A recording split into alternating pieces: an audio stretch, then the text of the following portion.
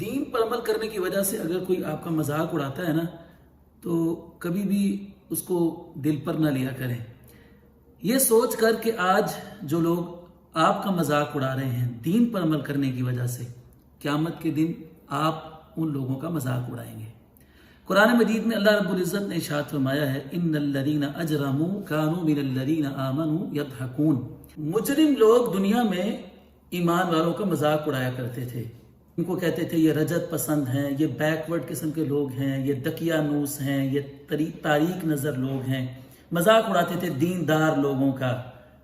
لیکن جب قیامت کا دن ہوگا تو اللہ رب العزت فرماتے ہیں فَالْيَوْمَ الَّذِينَ آمَنُوا مِنَ الْكُفَّارِ يَضْحَكُونَ. جب قیامت کا دن ہوگا تو ایمان والے ان کافروں پر ہنسیں گے. جب یہ جہنم کی آگ کے اندر جل رہے ہوں گے تو ایمان والے ان کو دیکھ کر اپنے سینے ٹھنڈے کریں گے.